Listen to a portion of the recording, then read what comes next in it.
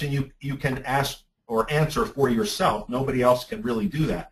In my book, in my first chapter on the research process, I actually suggest you ask yourself at least 7 questions when you're thinking about going to graduate school. There are some things you should be discussing with yourself. But that said, if you're wondering if it's a return on your investment, so to speak, it is a commitment of time, of effort, certainly of financial resources. And if you're wondering if, is this really going to be worth my time? Well, according to the Department of Labor and Statistics, the most recent information they provide, a master's degree holder earns 24% more every year than a bachelor's degree holder does, on average. A doctoral holder earns about 70% more.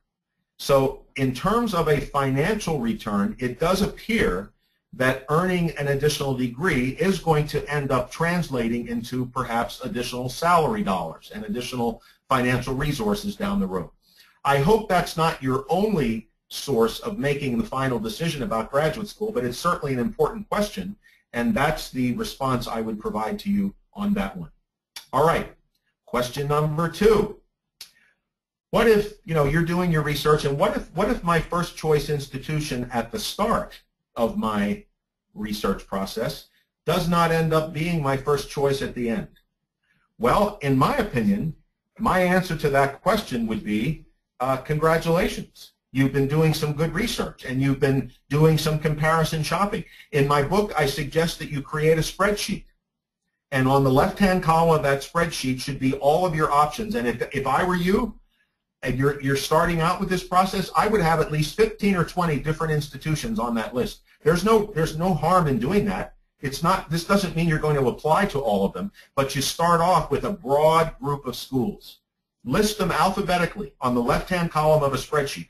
Along the right-hand column, place the items that you would most like to compare. For instance, location, class size, number of faculty, faculty-student ratio, what type of financial aid is offered, the total cost of attendance, or whatever else is important to career placement statistics. Whatever it is, these things should be across the top of your spreadsheet, and you should fill in every single box. And as you start doing that, it would seem to me that some institutions will begin to move more toward the top, and others will move in a different direction. And it could be, as it has often happened with many of my coaching students, institutions they started out thinking they were very interested in at the beginning ended up being of less interest to them once they did their due diligence and did their homework. So once again, if this happens as you're doing your research, I say congratulations, you're doing the right thing because you're doing your homework and you're determining for yourself which institutions are working and which aren't. By the way,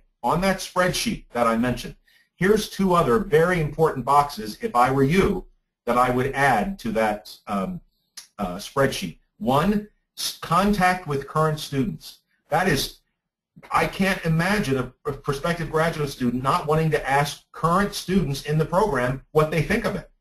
This is so critical, and you'll get some very helpful information.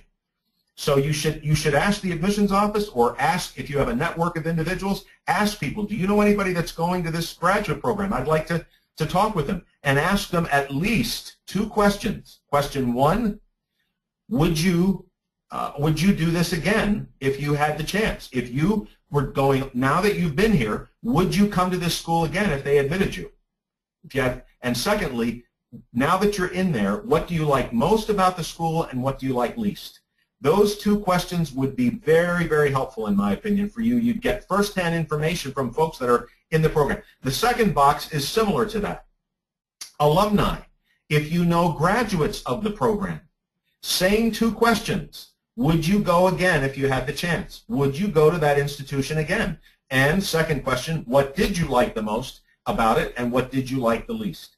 Very, very telling, very, very helpful information. I encourage all of you to ask these questions about all of the schools you're considering. It may come as a surprise to you, again, what you might hear. Okay, related to question number 2, question number 3, what if, as I'm doing my research, I'm doing my spreadsheet, I'm talking to students, alumni, I'm looking on the website, I'm filling in all my boxes on my comparison sheet here, what if my new first choice institution is not very prestigious or highly ranked? I'm so glad you asked. The reason being, I want to tell you something. I have a PhD. I'm a doctor, so to speak. They call me Dr. Don. And I've been in this business of graduate enrollment and student services for 34 years now. Of course, I started out when I was 3, but anyway, no. I won't give you my age, but I can't believe I'm as old as I am already. However, I've had a wonderful career, 34 years in graduate admissions and enrollment and student services. And you know what? I have seen no statistical, reliable, valid evidence anywhere that the rank or prestige of the graduate school you attend correlates with your ultimate success in life. None. Zero. Nada. It doesn't exist. I hope I'm not popping someone's balloon by saying this, but now, am I saying you shouldn't think about going to a more highly ranked institution? Of course not. If you've done your research, you've done your due diligence, you've taken your time to really do some comparison shopping, and one of these institutions emerges as, this is it, and it happens to be a top 5 school, go for it. Of course. I would never suggest otherwise. All I'm saying is there are successful individuals who've gone to every single accredited institution in this country. Every single one. And there are 4,000 of them, not just 10. So please do not limit yourself or get upset if a school that you've done your research about and is emerging as a top choice isn't in the top 20. Your success will not be dependent on that. And if you want to ask me questions about this at the end of the presentation or privately, I'll give you my email address, my own email address later on in the presentation. I welcome your questions about this because, in my opinion, many students have been misled dreadfully by thinking that a ranking or prestige is going to spell their ticket to success or magically do something for them, and it never, ever does. So that's my answer to that question. Question number 4. This is something I'm asked quite often. Dr. Don, my parents or my family or my friends or my coworkers, my boss is really discouraging me from doing grad school. They just, they're saying don't do it. It's, so, and I'm sure if there are people in your life that are important to you and they are saying this, I obviously, if anybody would take it seriously, I know I would. But I guess here's a couple of things you may want to keep in mind if this happens with you. Why are these people truly trying to discourage you? And if you know why, do you think those reasons are valid? If so, do you have what you believe is a valid response?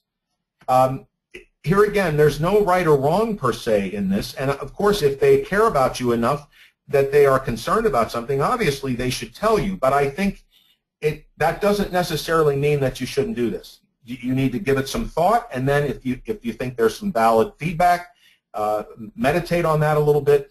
But I guess to me, at the end of the day, I have never wanted to be in a place where I look back on my life and said, what if I had done this? And somebody talked me out of it, or I decided not to. And believe me, I am not pushing graduate school on everybody. It is not for everyone.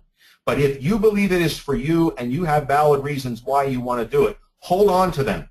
Listen to others, take their advice, meditate on it, reflect on it, and then make your own choice so that someday, if you don't go, when you look back and say, well, why didn't I do that, you'll have a very good reason as to either why you did or why you didn't.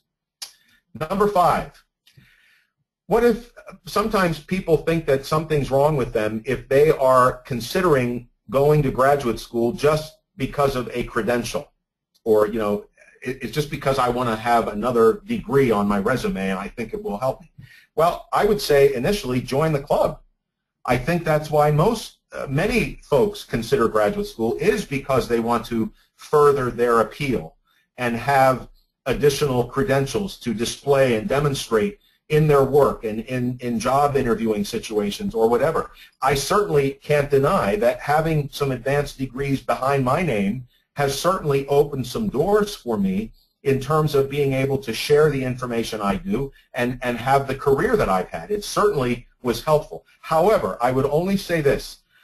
Obviously, you are going to be, should you go to graduate school, you're going to be in a program. If it's a master's, most of them are between 1 year and 2 years long. it's a doctoral program, the average number of years to complete a doctorate right now is around 6 or 7 years. So you're going to be in these programs for a while, and I would urge you to keep in mind that in addition to the credential you will earn, the process of getting there is also important, which means the educational journey, going to classes, meeting your professors and students, engaging in healthy dialogue and debate, doing your homework, writing those papers, as challenging as it may be sometimes and as overwhelming as it may be, will also be an incredible, incredible experience for you. And if you take advantage of that, then to me, combining that amazing educational experience with the credential is the best of all worlds. Okay, question number 6. We're already halfway through it. See, I told you, we're not going to take too long here. We'll be done in about maybe 5 to 8 minutes, I think, or 10 minutes at the most. And I want you to, I hope you're sending questions to Laura. If I'm jogging anybody's, if I'm making your hair stand up on the back of your head or whatever, if you have any questions, please, please, please start writing them down, because I love questions. Number 6, question number 6. Here, this happens often because we're all human. What if I have a bad experience via email or on the phone or even in a personal visit to campus? Something goes wrong. It could be either on your end, where you unfortunately do something that you wished you didn't, or the folks you're interacting with, the admissions staff, a student, an alumnus. Something happens and it's a bad experience. What do you do? Well, this is a good question. Well, I'm sure it's good because I asked it. Anyway, what you want to do is sleep on it for 24 hours, unless it's an egregious, I mean, if it was some sort of abuse or harassment, obviously you need to act immediately. But if it was more something that you feel you just want to take a little time and process what happened first, I've always found it's a good idea to just kind of step back, breathe, count to 10, and then make the decision. Now, if you are the offending party, if you're the one that said something or did something that you felt may have been inappropriate, the individual that you need to contact, and the only individual you need to contact, is the person you believe that inappropriate behavior was with. In other words, you don't need to send an email message to the admissions office saying, I did so-and-so and I wanted to let you know. That is not necessary, in my opinion. You do need to contact the individual that was involved in this, and you need to say, I'm sorry, if you feel that you should. And you don't have to be, groveling on the ground or anything like that, but you need to say, I think that I was inappropriate and I wanted to apologize. And that's it. Now, if the offending party was on the other side, it was somebody, a staff member, an admissions person, a student, if something, and you feel this was a pretty major error or mistake or misbehavior, then I would encourage you to write to the director of admissions, the person who manages the admissions office, and share with them your concern. Now, some people are concerned about putting it in writing. If that's your feeling, you could ask if you could speak with them.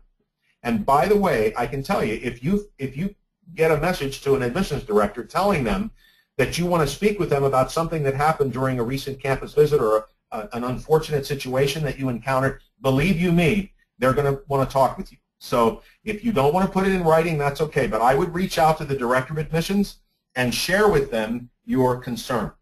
And this happened to me quite often because we're all human. Everybody makes mistakes. No one's perfect. So this isn't going to come as a shock to any of the admissions directors if you speak with them. And it will give them an opportunity. I always appreciated when this was done with me. Sometimes I felt prospective students were not as reasonable, that maybe the complaint was a little over the top, but that's all right. I would rather have someone call me and at least let me know about it so I could thank them and then look into the matter. And there were many times when their complaints were valid, and I was able to act on it and correct the situation or make an attempt to correct it and move forward.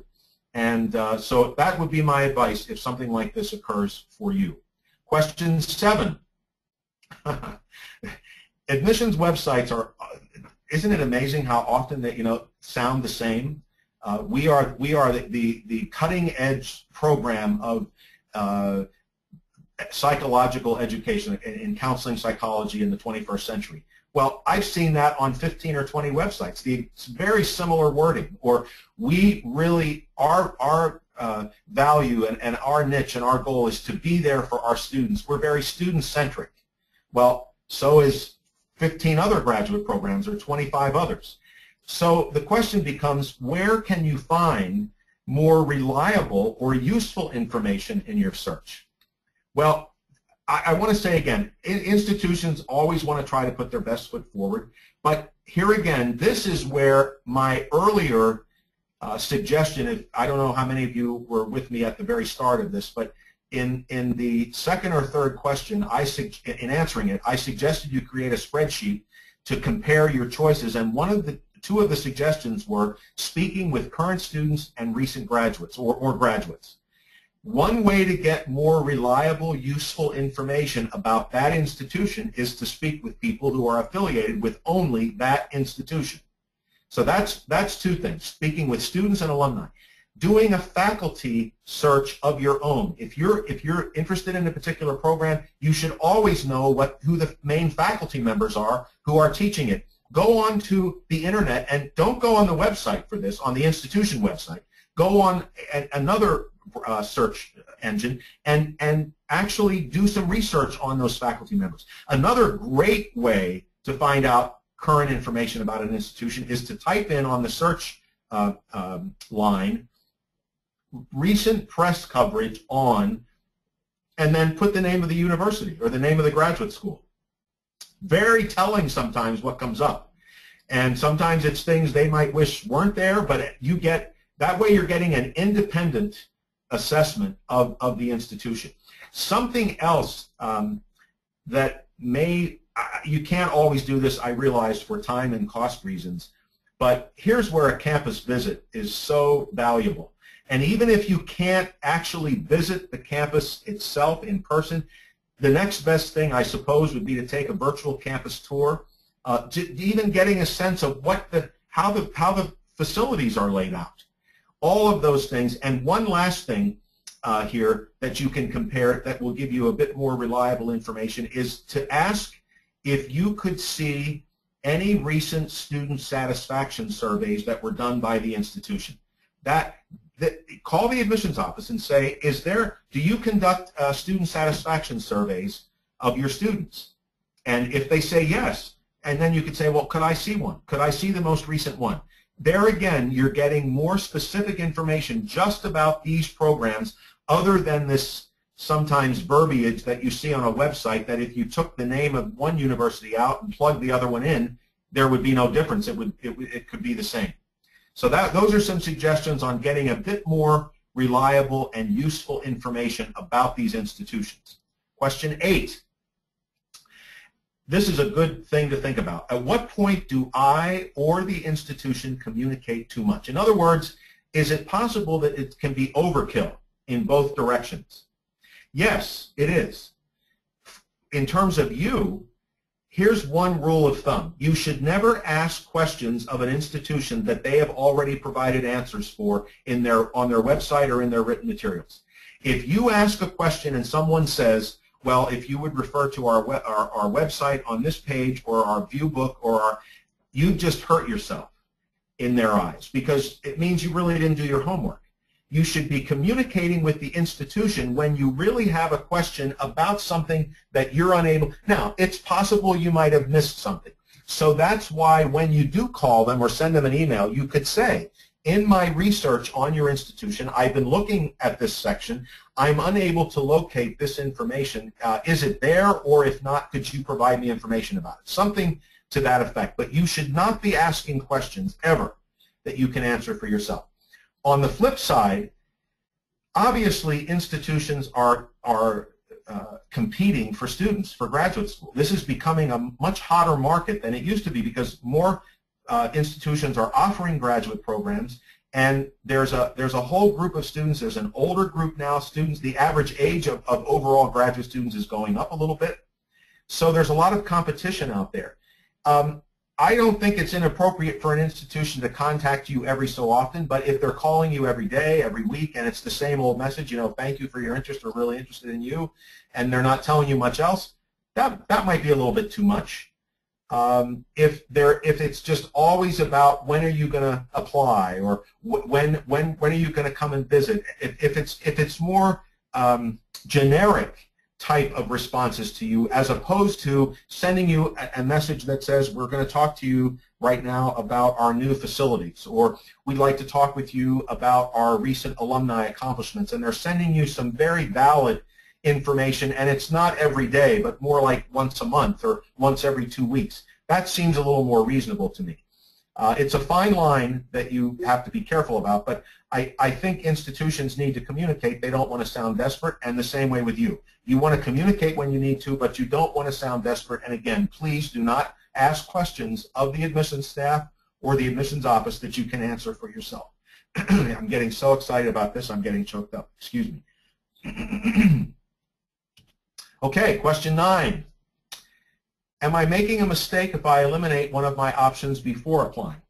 Well, probably not. I would think you would be wanting to eliminate several, actually.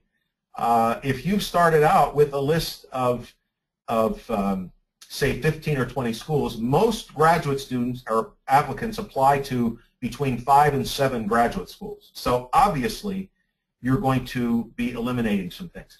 Once you narrow it down to your list of 5, 6, or 7 top choices, my suggestion is, if you've done your homework and you've taken your time, there's pretty much a reason why those 5, 6, or 7 ended up where they are.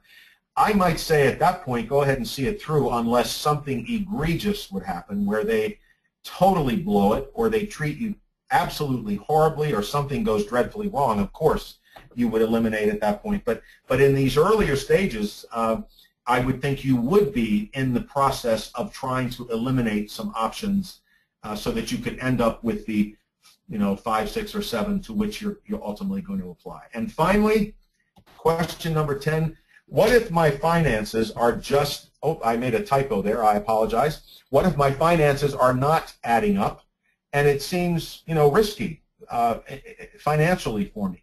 Well, by all means, you're asking a good question here. Now, in my workshops, when I speak on college campuses or at seminars or various occasions when I'm speaking with students in a live setting, I often talk about the financial issue. And one of the myths, I think, that exists about graduate school is that I can't afford it.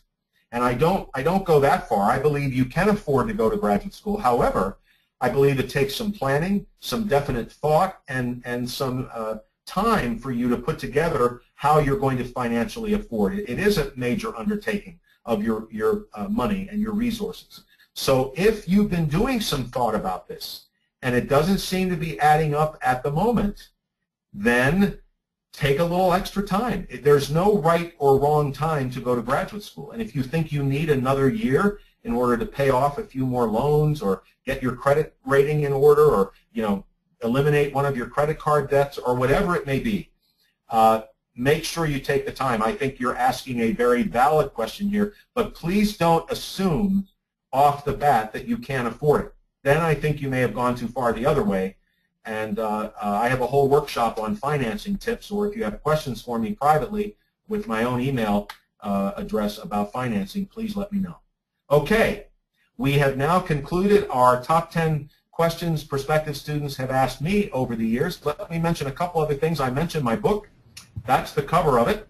It's a 100-page book, 4 sections. The first chapter, all about the research process, which I've already talked about today, is so important. Second chapter, all about the application process, how to prepare a good application that will stand out. Number 3, or chapter 3, how to succeed as a student once you're enrolled.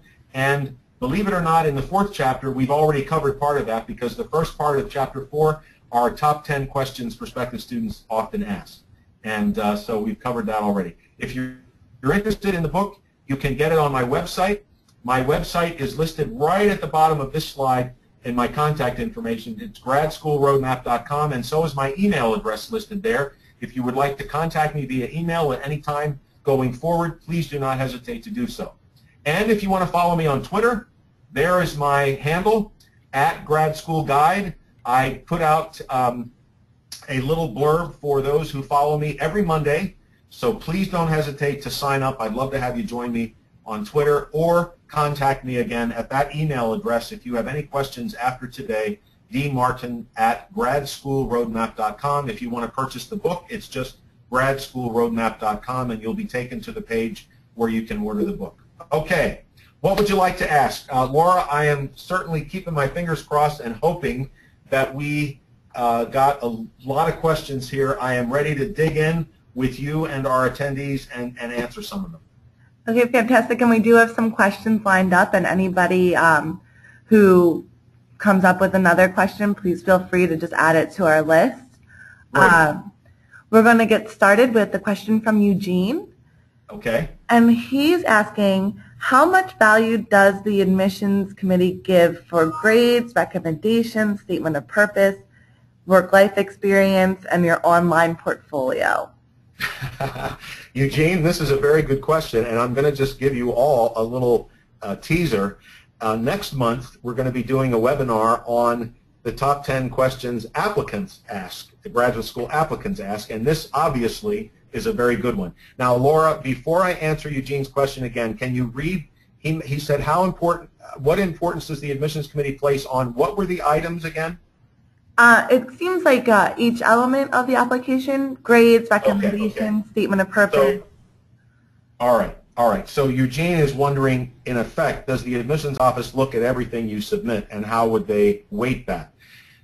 Eugene, obviously it's different depending on which graduate school, but most graduate admissions committees, in my years of experience, really do look at everything you submit. There are some schools that tend to start out only looking at grades and test scores, and if you don't meet a certain grid of theirs, they don't proceed further. That's less likely. It does happen, probably with more selective institutions, which is a shame. I think they miss out terribly when they do that. But other than that, by and large, 95% of graduate admissions offices, they honestly will look at everything you send. How they weight that may depend on the type of program. For instance, if it's an English literature master's program, they probably won't place as much emphasis on the more quantitative aspects of your transcript or your test scores. If it's a program in computer science, they might be a little bit more looking at quantitative rather than verbal. But again, they generally look at everything that you submit. And I know as an admissions dean myself for over 20 years, I weighted everything equally. I felt like if we asked applicants to submit all of this information, we should have the courtesy to look at it all and look at it closely, and that's exactly what we did. Very good question. Thank you. This one is from Samatha. She wants to know how difficult it is to change fields from an engineering background to physical scientist, and how can she build up a stronger application? Oh, Samatha, I'm glad you asked that. And Laura, I don't know if there's a way to keep track of these questions afterward.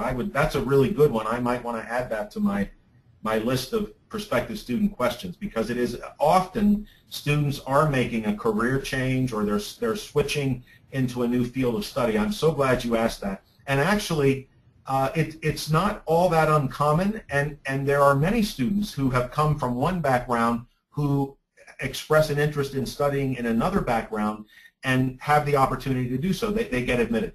I think there are at least two things I would suggest you consider. One, you will need to take some very, very deliberate time to prepare in your personal statement or statement of purpose, or whatever the essay might be called, why it is that you are making the transition. You're going to need to be able to explain that in a way that both makes sense to the admissions committee and in a way is persuasive.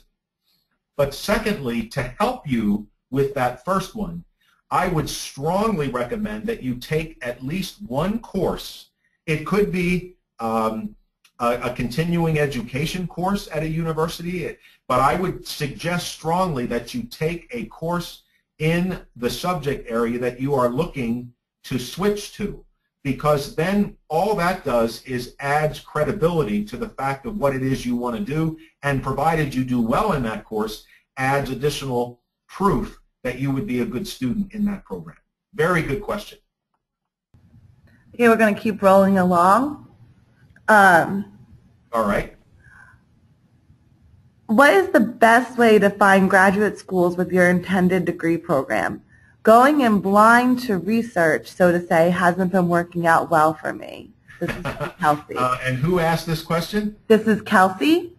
Kelsey, am I ever glad you asked? I should let Laura answer this because what I'm about to say, she will not take her by surprise. Kelsey, you've come to a phenomenal resource right here at GradSchools.com. Maybe you were aware of this, but you can go on to the GradSchools.com website, plug in a field of study, a particular major within that field of study, and in some cases, what you end up receiving from GradSchools.com is a list that could include as many as 600 or 700 institutions. Now, that might be a little overwhelming, but that's an excellent resource. The other way is you can, if maybe you've tried this, is to plug in into a search engine, graduate programs in counseling psychology, or graduate programs in public relations, or graduate programs in law, and you'll get a wealth of information that way. Now, if what you're saying is that once you've done that, it still seems a little vague to you, or you're not sure, my gosh, I have 600 options here, how do I break them down? What might help is if you had a few criteria of your own beforehand. For instance, I am leaning towards studying in this part of the United States, or if it's abroad, I want to study in Europe, or that you have at least broken it down, like I would like to study on the West Coast or in the Southeast, that at least it breaks it down a little bit more. And maybe you'll say, I would probably like an institution that is a little larger, that has a larger student body. That might help you narrow some things down a little further. But in terms of getting initial information on institutions, in all honesty, I am not, it may sound like I'm saying this because I'm doing this webinar with my partner, GradSchools.com, and that's in part why, but the other part is it's the truth. There are more accredited graduate programs on the GradSchools.com website than any other. It's your best resource you'll ever have. And Kelsey, if you have other questions about this after the webinar, please send me an email, dmartin@gradschoolroadmap.com. I will gladly share any more with you if I can. Good question. Thank you so much. Eugene asks, what's the first thing that comes to your mind that an admissions committee hates to see in an applicant? That's an interesting one. Well, Eugene, you must have purchased my book if you didn't. Because in Chapter 2 in the admissions process, I have 7 ways to positively get noticed as an applicant and what I call the 7 deadly sins for applicants. I have both sides of the coin. And if your question is, what is it that the admissions committee would turn them off the most, or would be most egregious to the admissions committee, I guess there were 2 things, honestly, that came to my mind at the same time, and I'll just tell you both of them. The one I said earlier at the start of this webinar, somebody who's being fake, somebody who does not come across as genuine, who is just not, when you write your essays, one of the tips I often give, and by the way, I do offer one-on-one coaching for graduate school students. I'm working with about 25 students right now who are completing their applications. I work one-on-one with them.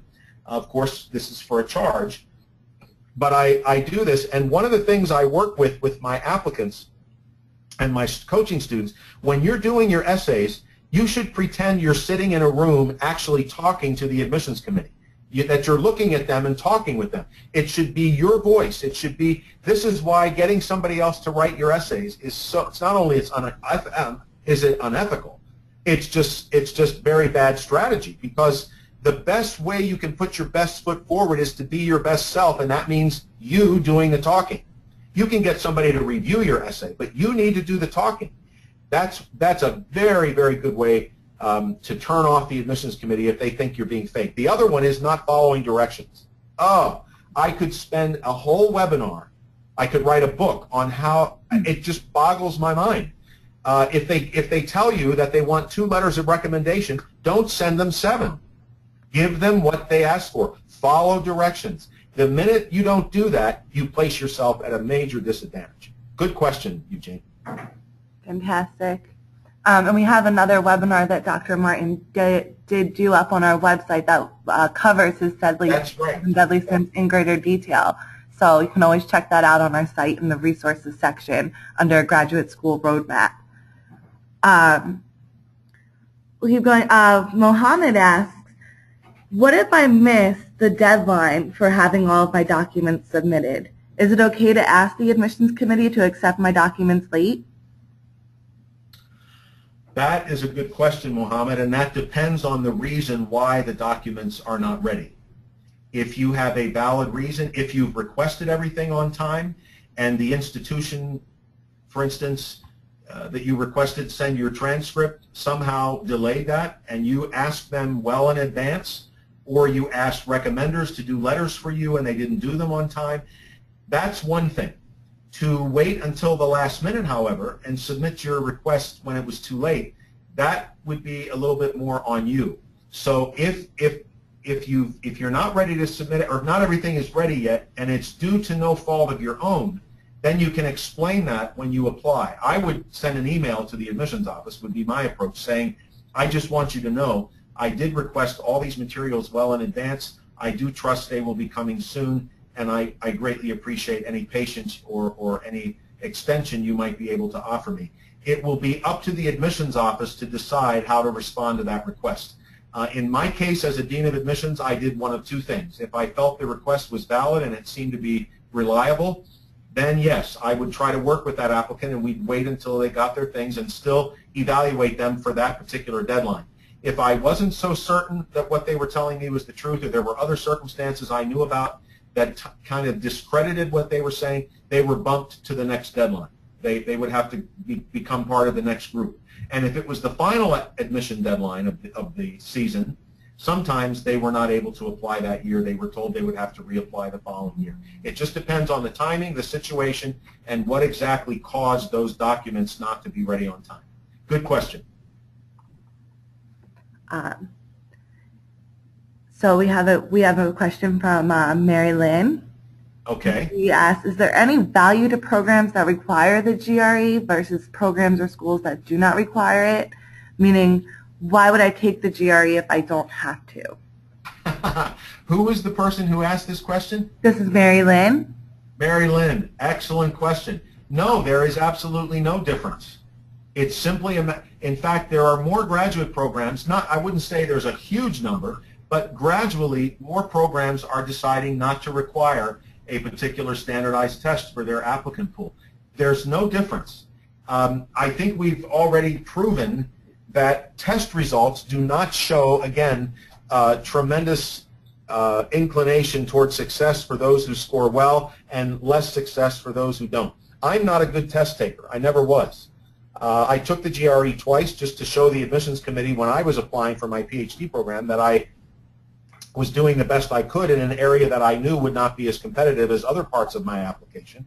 But I think some institutions are feeling like there's really no evidence that a GRE score is going to affect the performance of the students that are being admitted to this program, so therefore it's not going to be required. And I think either way is absolutely fine. I'm so glad you asked that. Good question. Okay. And we have another great one from Eugene here. Okay. Eugene, maybe you're going to do an interview of me someday in the future. You're asking very good questions here. Go ahead. Eugene's wondering if admissions committees typically look up applicants on search engines like Facebook or Google. How much do admissions committees, I guess, rely on social media as a way of assessing candidates?